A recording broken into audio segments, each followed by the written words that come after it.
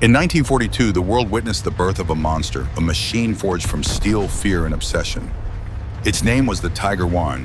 When it first appeared on the battlefield, Allied soldiers couldn't believe their eyes. The tank was enormous, towering over anything that came before it. Its armor shrugged off shells that would have destroyed any other vehicle. Its gun could tear through Allied tanks from distances where they couldn't even fight back. The Tiger I wasn't just another German tank. It was a statement, a declaration that Germany still ruled the art of war. By 1941, the German army had conquered most of Europe with speed and precision. But then came the Eastern Front, the frozen fields of Russia. There's something unexpected shattered German confidence, the Soviet T-34. Fast, well-sloped, heavily armored, and easy to produce, the T-34 was a nightmare for German crews.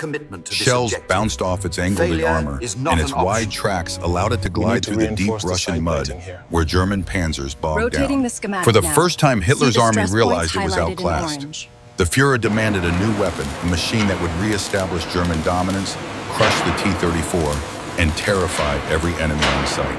Two companies, Porsche and Henschel, were given the impossible task to build the ultimate tank. In 1942, the Henschel design was chosen. The result was massive, almost 60 tons of steel carrying the 88mm KW-36 cannon derived from the infamous anti-aircraft 88. It was the perfect killing weapon, high velocity, extreme accuracy, and devastating power. When the first Tiger is rolled out of the factory, their presence alone inspired both awe and fear. They were slow to move, but impossible to ignore. The armor at the front was 100mm thick, at that time practically invincible. Its Maybach HL230 engine produced 700 horsepower, but it had to drag an enormous weight, pushing the machine to its limits. Fuel consumption was a nightmare, more than 500 liters for a single day of combat. Yet when a Tiger took aim, everything else on the battlefield stopped.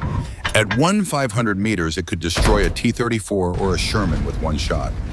Allied soldiers soon learned a chilling phrase, "If you see a Tiger, run." The Tiger's baptism of fire came near Leningrad in late 1942.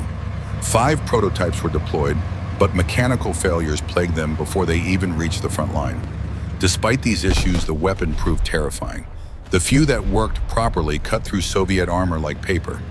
The Tiger was slow, but when it was in position, it ruled the battlefield. Soon the Tiger became the centerpiece of elite, heavy tank battalions, the Schwer Panzerabteilungen.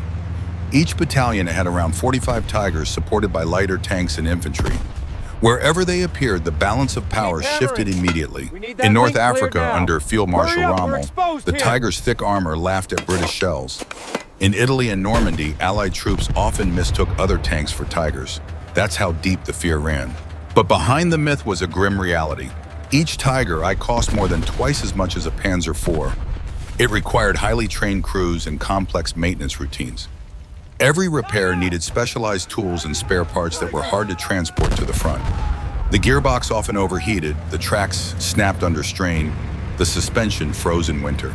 German engineers had built a masterpiece of precision, but one that couldn't survive the chaos of war.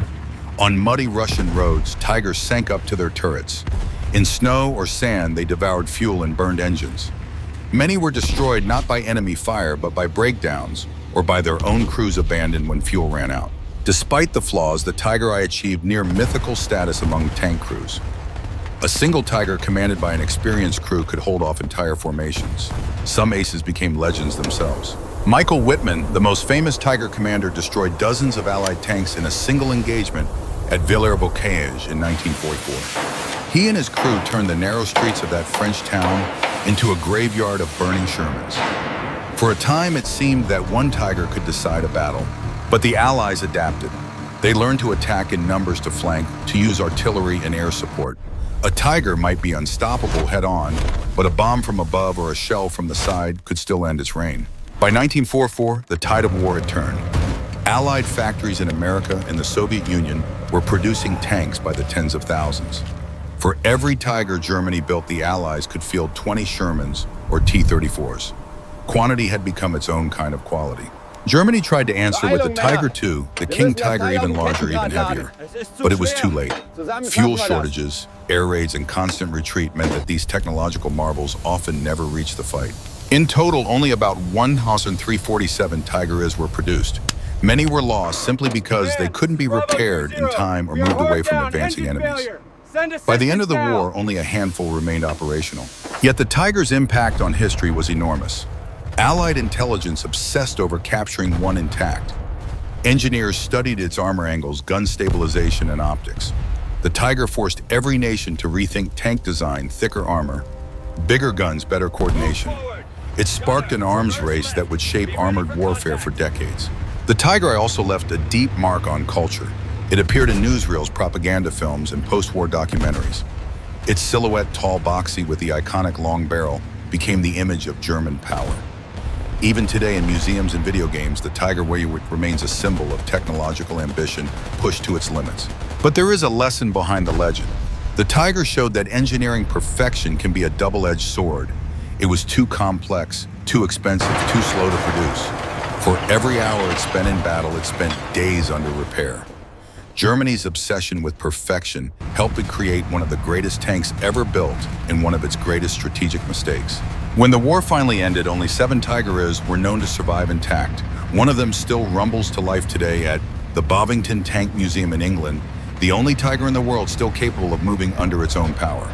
When its engine roars, visitors feel the same vibration that once shook Europe 80 years ago. The Tiger remains both a marvel and a warning, a symbol of human ingenuity and of the dangers of obsession with power. It was not just a tank, it was an idea made of steel, the belief that fear itself could be engineered. The Tiger terrified the world, but in the end it could not save the regime that built it. Its legend endures not as a symbol of victory, but as a reminder of how even the most powerful machines are powerless against time.